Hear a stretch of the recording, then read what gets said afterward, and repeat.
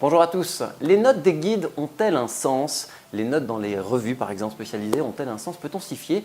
Et comment sont-elles élaborées? C'est le thème de la Minute MOF cette semaine, puisque vous avez été quelques-uns à nous poser des questions, à ne pas comprendre parfois pourquoi un muscadet pouvait avoir un 19 sur 20 et un grand champagne également. Donc la Minute MOF est là pour vous. C'est parti. Alors bien sûr, avant de parler des notes, il faut d'abord parler de l'envers du décor. Et c'est là, bien sûr, avec, je dirais, toute la sincérité qui s'impose, que je vous apporte un petit peu quelques données sur la manière dont sont érigés ces guides et la manière dont sont notés ces domaines. Il faut savoir, bien entendu, que lorsque l'on source presque 10 000 ou 15 000 vins en échantillon pour faire un guide, eh bien sûr, il y a plusieurs personnes derrière. Vous pouvez imaginer que sur un bottin comme ça, eh bien, il y a pas mal de dégustateurs derrière. Il serait quasiment impossible d'abord de visiter toutes les propriétés, mais en plus de ça, impossible pour une seule et même personne de déguster tous les vins de tous les domaines.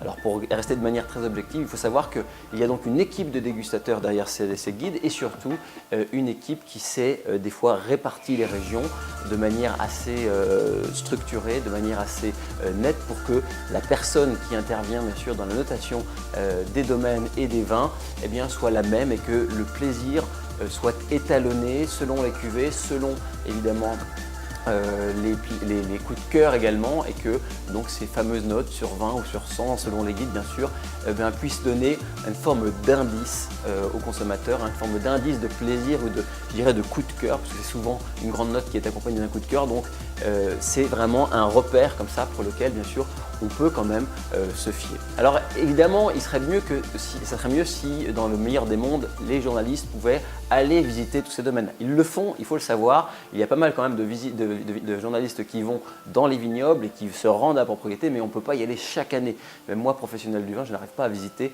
tous les domaines que j'aimerais en une année. Donc il faut comprendre bien sûr que c'est sur appel à échantillons que se font ces notations. Alors d'une autre manière, on pourrait se poser la question si au moment où le vin est dégusté, eh bien, la note correspond bien sûr au plaisir ou au plaisir qu'on retrouvera dans la bouteille quelques mois après, quand vous, par exemple, particulier, vous achèterez la bouteille. Eh bien là, non, bien sûr, c'est une photographie, une instantanéité entre guillemets du plaisir qui est soulignée, mais sincèrement, à moins que le vin soit complètement replié sur lui-même, très souvent, eh bien, il y a une vraie corrélation de plaisir, bien sûr, entre les notes hautes et les vraies réussites. Alors bien sûr, peut-on se passer de ces notes? Aujourd'hui, pas mal de gens interviennent et disent oui, les notes c'est une chose, mais la langue française est très riche. Par exemple, le patron de la maison Tétinger, Pierre-Emmanuel Tétinger, parlait de la richesse de la langue française pour décrire ses plaisirs. En ce qui me concerne, moi je pense que les notes sont très bien, parce que c'est un repère très simple, c'est un repère qui permet d'aller très vite à une intensité de plaisir qu'on va rechercher dans un vin.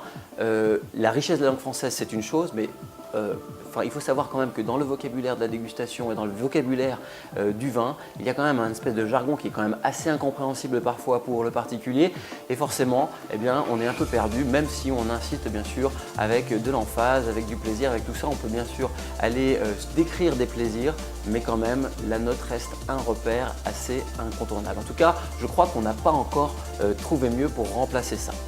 Alors peut-on bien sûr espérer autre chose dans l'avenir sur les notations, et est-ce que finalement ces notations peuvent évoluer?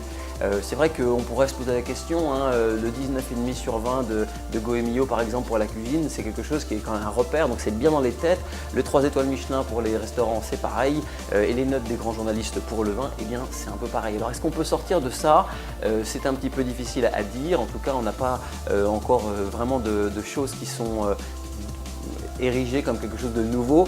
Par contre, ce qu'on pourrait imaginer bien sûr, c'est de noter les rapports prix-plaisir qui là sont quand même importants, puisque effectivement quand on note 19 sur 20 un muscadet qui vaut 12 € et 19 sur 20 un château cheval blanc qui vaut 600 €, évidemment il n'y a rien à voir. Il faut bien donc prendre en compte le fait que ce soit dans les appellations, et puis peut-être si on notait les appellations, il faudrait noter à l'intérieur d'une même appellation les cuvées qui sont donc dans des rapports prix-plaisir similaires, vous voyez ce que je veux dire? Donc des fourchettes de prix. On pourrait donc peut-être à l'intérieur de ça rajouter quelques strates pour finalement étalonner le plaisir par rapport à bien sûr au prix qu'on va payer pour cette bouteille. Enfin quoi qu'il en soit, en tout cas, pour terminer cette minute MOF, je voulais vous dire que bien sûr les guides sont des choses assez sérieuses. Moi je vous invite vraiment à les lire, bien sûr à comprendre un petit peu la philosophie qu'il y a derrière, puisque derrière un avis il y a aussi une sensibilité, quelque chose de très personnel, et ça reflète souvent bien sûr la personnalité de celui qui l'écrit, mais quand même il n'y a pas de fumée sans feu. On sait très bien que les grandes cuvées et les grandes notes sont souvent bien sûr là pour mettre en valeur les meilleurs vins, et ça bien sûr vous pouvez vous appuyer dessus. Voilà rapidement pour cette minute MOF. J'espère en tout cas que ces quelques commentaires vous plairont et que ça permettra à ceux qui se posaient des questions d'avoir quelques réponses. En tout cas, bien sûr, le vin reste une histoire de goût, un plaisir personnel qu'il faut bien sûr prendre à la légère. Personne n'a franchement raison dans ce thème-là. En tout cas, il faut bien sûr aller visiter les domaines parce que la rencontre avec le vigneron, c'est bien sûr l'âme du vin qu'il y a derrière, c'est bien sûr le plaisir qu'on peut en tirer. C'est là en tout cas le message que je voulais vous passer. Sur ces mots, merci de votre fidélité et puis à bientôt pour une nouvelle Minute MOF.